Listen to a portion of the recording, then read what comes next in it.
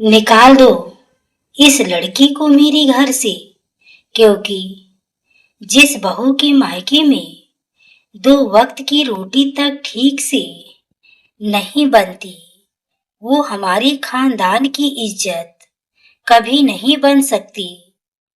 शारदा देवी की जहरीली आवाज पूरी हवेली में इस तरह गूंज रही थी जैसे किसी ने पूजा के आत्मसम्मान को सबके सामने नीलाम कर दिया हो।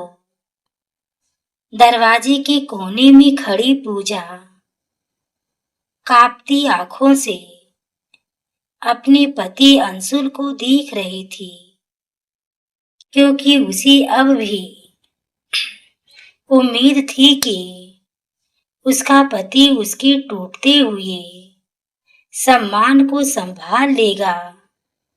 लेकिन अंशुल ने अपनी नजरें इस तरह फेर ली जैसे पूजा कभी उसकी जिंदगी का हिस्सा थी ही नहीं।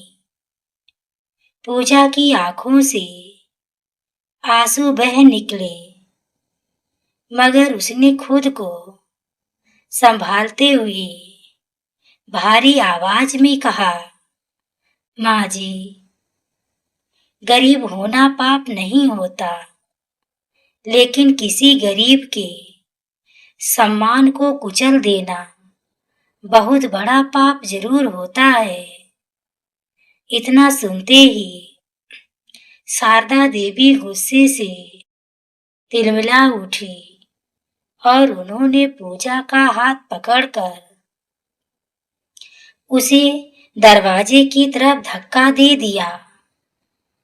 अपनी ये बड़ी बड़ी बातें अपने गरीब बाप के घर जाकर करना, यहाँ सिर्फ पैसे वालों की इज्जत होती है। ये शब्द पूजा के सीने में इस तरह चुभे कि उसका पूरा अस्तित्व दर्द से कांप उठा।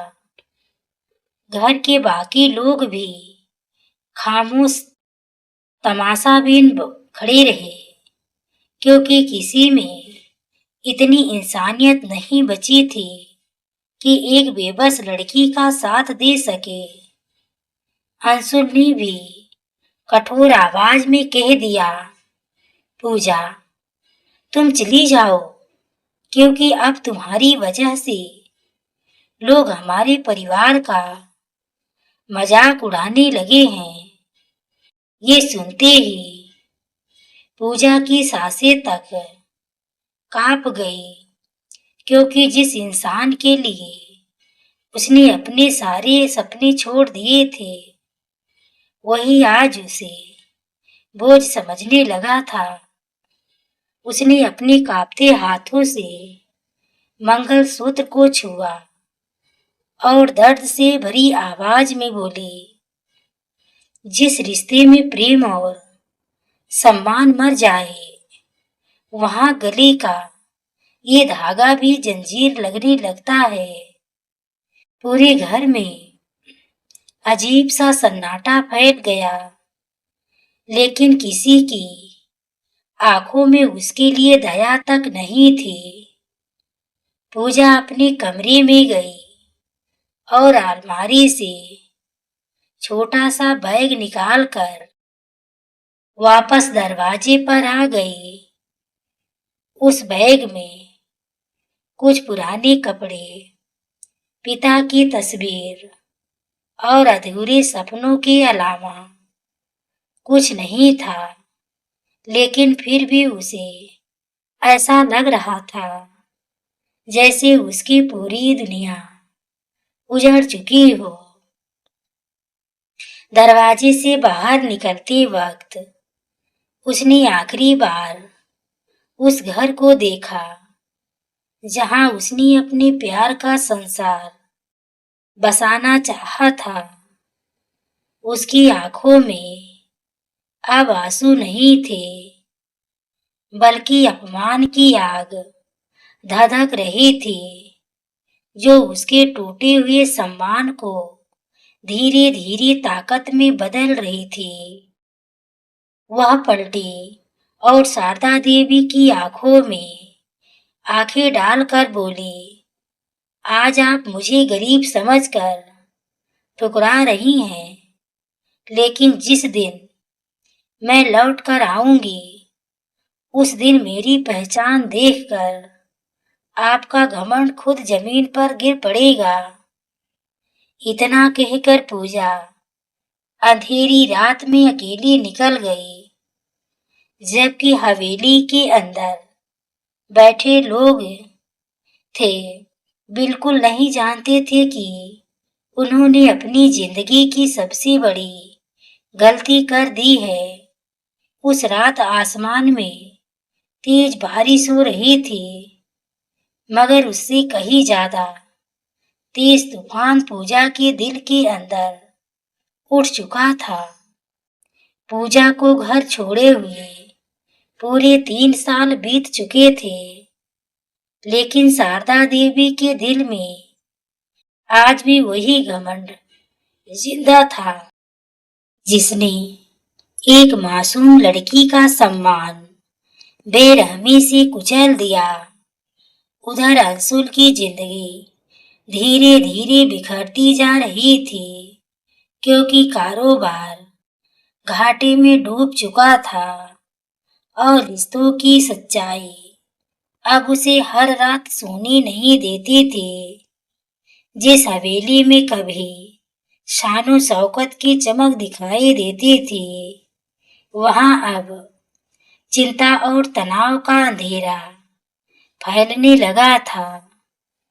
अंशुल अक्सर देर रात बालकनी में खड़े होकर उस बारिश वाली रात को याद करता, जब उसने अपनी ही पत्नी का साथ छोड़ दिया था। एक सुबह अचानक हवेली के बाहर लंबी लंबी विदेशी गाड़ियों का काफिला आकर रुका, जिसे देखकर पूरा मोहल्ला हैरानी से भर गया। काले कपड़ों में कई बॉडीगार्ड तेजी से नीचे उतरे और हवेली के मुख्य दरवाजे के दोनों तरफ खड़े हो गए। इतने बड़े लोगों को देखकर शारदा देवी घबरा गई, क्योंकि उन्हें समझ नहीं आ रहा था कि आखिर उनके टूटते हुए घर में इतनी बड़ी हस्तियां क्यों आई है। तभी सबसे आगे वाली गाड़ी का दरवाजा खुला और उसमें से एक बेहद रौबदार महिला बाहर उतरी। महंगी साड़ी, आंखों पर काला चश्मा और चेहरे पर ऐसा आत्मविश्वास था जिसे देखकर किसी की भी नजरें झुक जाए। जैसे ही उस महिला ने धीरे से अपना चश्मा उतारा, शारदा देवी की सांसें अटक गई। पूजा, उनकी आवाज इतनी कांप रही थी जैसे किसी ने अचानक उनके घमंड की जमीन खींच ली हो। अंशुल भी उसे देखकर पत्थर की तरह जड़ हो गया, क्योंकि जिस लड़की को उसने कमजोर और बेबस समझा था, आज वही करोड़ों की ताकत बनकर उसके सामने खड़ी थी। पूजा ने हवेली के अंदर कदम रखा तो उसकी नजरें उन दीवारों पर घूमने लगी जिन्होंने कभी उसकी आंसुओं और अपमान की आवाजें सुनी थी। शारदा देवी डरते हुए बोली, तुम यहाँ किस लिए आई हो? पूजा ने हल्की मुस्कान के साथ जवाब दिया, अपना हिसाब पूरा करने। उसकी आवाज में इतना ठंडा दर्द था कि पूरे घर में सन्नाटा फैल गया। अंशुल धीरे धीरे उसके करीब आया और कांपती आवाज में बोला, पूजा, मुझे माफ कर दो, मैं उस वक्त तुम्हारे साथ खड़ा नहीं हो पाया। पूजा की आंखों में नमी उतर आई, मगर उसके चेहरे पर अब भी वही कठोर शांति थी जो वर्षों के दर्द से पैदा होती है। उसने अंशुल की तरफ देखकर कहा, जिस दिन मैं इस घर से रोती हुई निकली थी, उस दिन मेरा कसूर सिर्फ इतना था कि मैं गरीब थी। इतना सुनते ही अंशुल की नजरें शर्म से झुक गई, क्योंकि उसे पहली बार अपने प्यार से ज्यादा अपनी कमजोरी दिखाई दे रही थी। तभी पूजा के साथ आए मैनेजर ने एक मोटी फाइल निकाल कर उसके हाथ में दे दी। पूजा ने फाइल को देखते हुए गहरी सांस ली और फिर शारदा देवी की तरफ बढ़ गई। उसकी आंखों में अब वो डर नहीं था जो 3 साल पहले था, बल्कि ऐसा आत्मविश्वास था जिसने पूरी हवेली का घमंड हिलाकर रख दिया था। पूजा ने धीरे से फाइल खोली और हवेली के कागजात शारदा देवी के सामने रख दिए, जिन्हें देखकर उनके हाथ बुरी तरह कांपने लगे। उन्होंने घबराई हुई आवाज में पूछा, ये सब क्या है? पूजा ने उनकी आंखों में देखते हुए शांत लेकिन भारी आवाज में कहा, जिस घर से मुझे बेइज्जत करके निकाला गया था, आज वो घर कानूनी तौर पर मेरा हो चुका है। इतना सुनते ही अंशुल के पैरों तले जमीन खिसक गई और शारदा देवी कुर्सी पर बैठते ही रोने लगी। पूजा की आंखों में हल्की नमी थी, मगर उसके चेहरे पर टूटन नहीं, बल्कि वर्षों की लड़ाई जीत लेने का संतोष दिखाई दे रहा था। अंशुल अचानक उसके सामने आकर खड़ा हो गया और कांपती आवाज में बोला, पूजा, मुझे एक मौका और दे दो। मैं सच में अपनी गलती पर शर्मिंदा हूँ। पूजा हल्का सा मुस्कुराई, लेकिन उस मुस्कान में दर्द इतना गहरा था कि अंशुल खुद और अपनी नजरों में गिर गया। वह बोली, जिस दिन मैं इस घर में अपमान से टूट रही थी, उस दिन तुम्हें मेरे आंसू दिखाई नहीं दिए।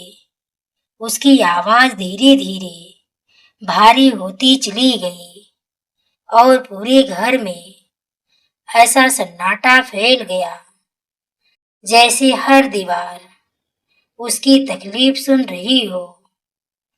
आज तुम्हें मेरी दौलत दिखाई दे रही है, इसलिए तुम्हें अपना प्यार और पछतावा दोनों याद आ रहे हैं।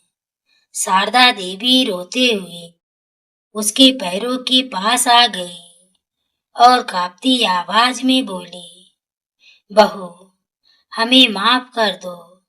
हमने तुम्हें पहचानने में बहुत बड़ी गलती कर दी। पूजा की आंखों से आंसू बह निकले, क्योंकि चाहे इंसान कितना भी मजबूत क्यों ना बन जाए, पुराने जख्म कभी पूरी तरह नहीं भरते।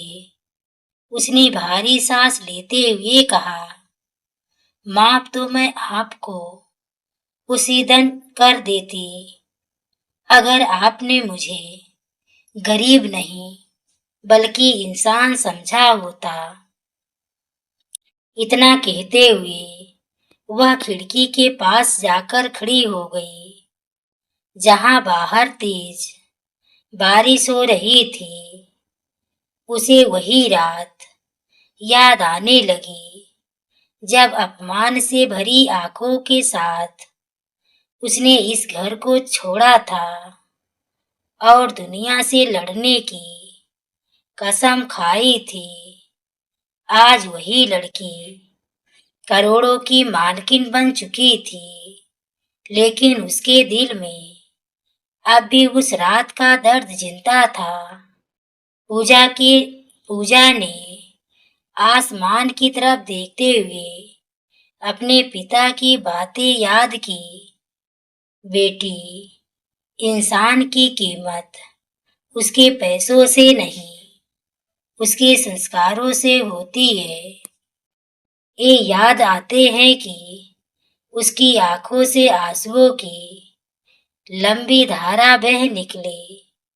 वह पलटी और पूरे परिवार की तरफ देखकर बोली, मैं ये घर छीनने नहीं आई थी, मैं सिर्फ आपको ये एहसास दिलाने आई हूं कि किसी गरीब का अपमान करते वक्त इंसान ये भूल जाता है कि वक्त हमेशा एक जैसा नहीं रहता। वक्त उसने आखिरी बार पलटकर कहा, जब गरीब इंसान की बद्दुआ वक्त बनकर लौटती है, तब बड़े बड़े महलों की नींव तक हिल जाती है। इतना कहते ही पूजा वहां से चली गई और पीछे ऐसा सन्नाटा छोड़ गई जिसने उस हवेली के घमंड को हमेशा के लिए दफना दिया। लास्ट में मैं आपको एक सुंदर सी शायरी सुनाने जा रही हूँ जो आपके दिल को छू जाएगी। वक्त हमेशा साथ दे ये जरूरी तो नहीं, वक्त हमेशा साथ दे ये तो जरूरी नहीं। हर मुस्कान के पीछे खुशी हो ये तो जरूरी नहीं। कभी अपनों के बीच भी इंसान तन्हा रह जाता है, कभी अपनों के बीच भी इंसान तन्हा रह जाता है।